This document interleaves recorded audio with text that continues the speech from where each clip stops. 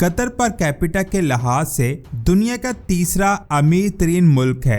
यानी इस मुल्क में रहने वाला हर एक आदमी एक साल में $86,000 कमाता है, जो किसी भी मुल्क की पर कैपिटा इनकम से बहुत ज्यादा है। अब यहाँ सोचने वाली बात यह है कि अगर कतर में रहने वाला हर एक आदमी इतना ज्यादा अमीर है तो कतर की रॉयल फैमिली कितनी ज्यादा अमीर होगी और वो कैसी लाइफ गुजारती होगी। रॉयल फैमिली पर बात करने से पहले हम कतर पर बात करते हैं। कतर मिडल ईस्ट में मौजूद एक छोटा सा मुल्क है जिसका साइज 4,400 स्क्वायर मील है। इस मुल्क का कैपिटल दोहा है। यहाँ पहले घोड़ों और कैमल के बहुत ज्यादा फार्म थे। इसके अलावा यहाँ से इंडिया और चाइना में बहुत ज्यादा ट्रेडिंग की जाती थी, लेकिन वर्ल्ड वार 2 के बाद इसको ब्रिटिश ने अपने कब्जे में ले लिया, जिसके बाद इसे 1971 में आजादी मिल गई। इसके मैप को ध्यान से देखें। इसका सिर्फ एक छोटा सा बॉर्डर सऊदी अरेबिया के साथ मिलता है,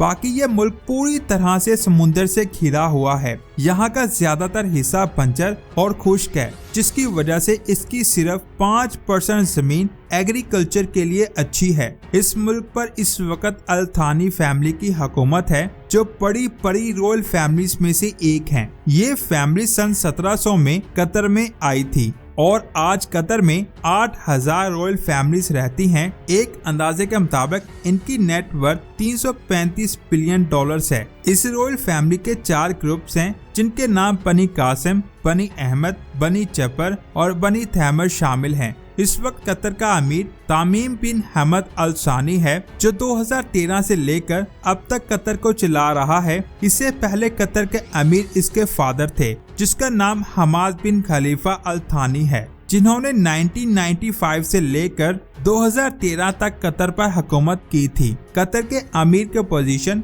मौजूदा अमीर के बड़े भाई जासिम बिन हमाद बिन खलीफा अल सानी को मिलनी थी, लेकिन वो इसमें इंटरेस्टेड नहीं थे। लेकिन 2003 में जासिम ने क्राउन प्रिंस की पोजीशन संभाल ली। मौजूदा अमीर के फादर हमाद बिन खलीफा अल थानी जनवरी 1952 में पैदा हुए। अब उनकी उम्र 70 साल है। इनकी 3 बीवियां और 24 बच्चे हैं, यानी 2 दर्जन, जिनमें से 11 बेटे और 13 बेटियां शामिल हैं। इस वक्त जो कतर के अमीर हैं वो इनकी दूसरी बीवी में से हैं। ये अपने दौर में कतर की इकोनॉमी को बहुत ज्यादा ऊपर लेकर गए। 2005 में इन्होंने कतर इन्वेस्टमेंट अथॉरिटी यानी QIA को बनाया। इस अथॉरिटी का मकसद बड़े प्रोजेक्ट पर इन्वेस्ट करना था, जिसमें टोटल $100 बिलियन इन्वेस्ट किए गए। अब तक इस अथॉरिटी ने जिन प्रोजेक्ट पर इन्वेस्ट किया है उनमें पहले नंबर पर है हारोड्स। ये यूनाइटेड किंगडम का सबसे लग्जरी डिपार्टमेंटल स्टोर है।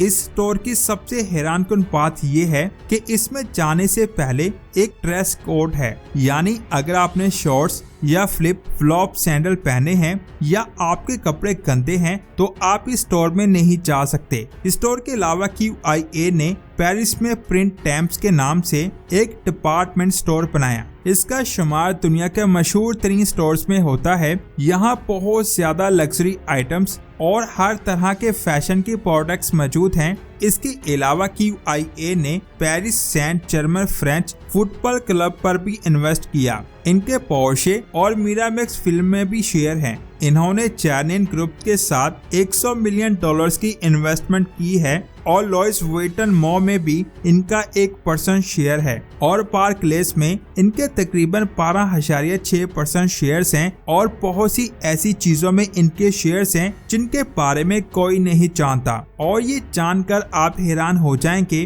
कि कतर रॉयल फैमिली की लंदन में सबसे ज्यादा प्रॉपर्टीज हैं, जिनमें यूनाइटेड किंगडम की सबसे बड़ी बिल्डिंग द शार्ड शामिल हैं। इस बिल्डिंग के शानदार स्ट्रक्चर को लंदन का आइकॉन कहा जाता है।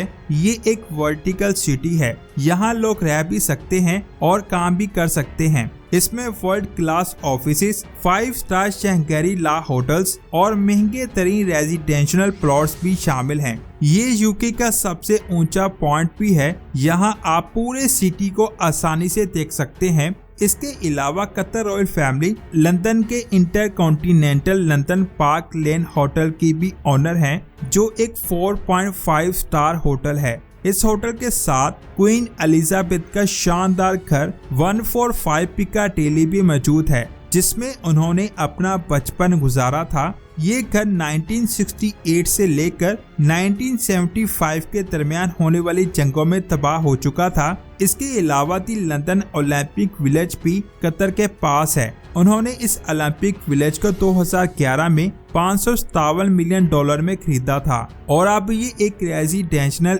एरिया है जिसमें 3000 के करीब घर हैं। लंदन प्रॉपर्टीज के अलावा इनकी कुछ प्रॉपर्टीज फ्रांस में भी है, जिनमें मैजेस्टिक होटल और कार्ल्टन होटल भी शामिल हैं। हमाद बिन खलीफा अल सानी के दौर में कतर में कई डिप्लोमेटिक और स्पोर्टिंग इवेंट्स भी हुए, जिनमें 2006 में होने वाली एशियन गेम्स, 2012 में होने वाली अनक्लाइमेट चेंज कॉन्फ्रेंस, दोहा एग्रीमेंट और दी फतह हैमस दोहा एग्रीमेंट शामिल हैं। हमाद अल थानी के दौर में कोई भी पॉलिटिकल अपोजिशन नहीं थी, ना ही किसी को बोलने का हक था। इनके दौर में 2 US मिलिट्री बेस भी हुई और इसके अलावा अल जजीरा न्यूज मीडिया ग्रुप बनाने में भी हमाद बिन खलीफा अल सानी का बहुत अहम रोल है। यानी उन्होंने अपने बेटे के लिए बहुत मजबूत बुनियादें बनाई, जिनको वो आसानी से फॉलो कर सके। जब से तमीम बिन हमाद अल थानी ने हुकूमत संभाली है, तब से उन्होंने कतर की इंटरनेशनल प्रोफाइल को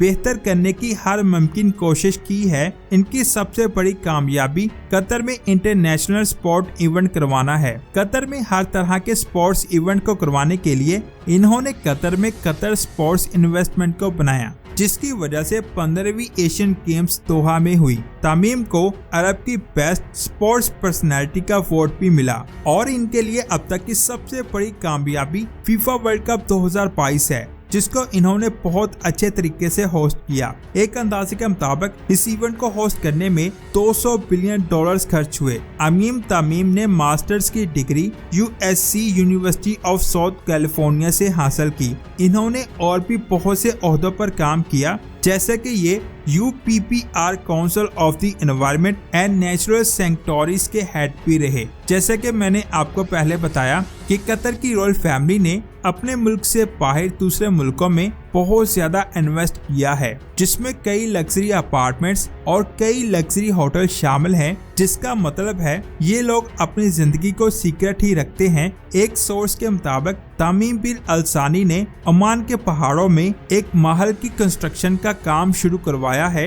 ये जगह सी लेवल से 2000 मीटर बुलंद है। इस महल की कंस्ट्रक्शन में हजारों लोग काम कर रहे हैं। अमीर का एक बहुत बड़ा घर मस्कट में साहिल समुंदर पर है। इन घरों के अलावा अमीर की $500 मिलियन की सुपर पोर्ट भी है, जिसका नाम अल लुसेल पोर्ट है। ये दुनिया में सबसे बड़ी पोर्ट है, जिसका साइज 404 फीट है। इसको German ship yard Larsen company ने बनाया है, जिसमें 36 लोग आसानी से आ सकते हैं और इसमें 56 क्रू मेंबर्स की भी जगह है। इस पोर्ट में spa, movie theatre, beauty salon, gym और 1 से 7 इंडोर पूल्स भी हैं। इस पोर्ट की बैल्कनीज इस तरह से डिजाइन की गई है कि यहाँ पर कुदरती रोशनी को भी एंजॉय किया जा सकता है। इसमें एक लिफ्ट भी लगी हुई है। अमीर की पोर्ट अपने फादर हमाद अल सानी की पोर्ट से 1 मीटर छोटी है। हमाद अल सानी की पोर्ट का नाम कतारा है, जिसकी कॉस्ट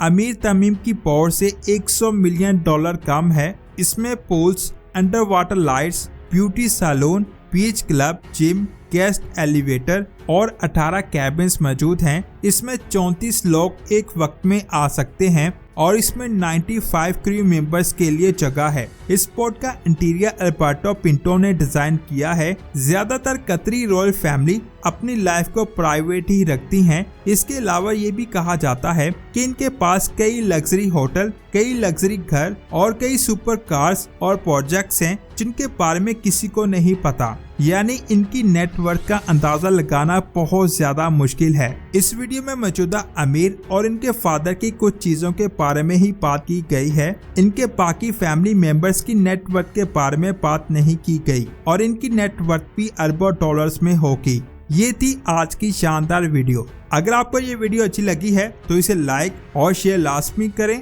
और अगर आप ऐसी ही शानदार वीडियोस को देखना चाहते हैं तो हमारे चैनल एवरीथिंग को सब्सक्राइब करें। मिलते हैं एक और शानदार वीडियो में। अपना बहुत सारा ख्याल रखें। अल्लाह हाफिज।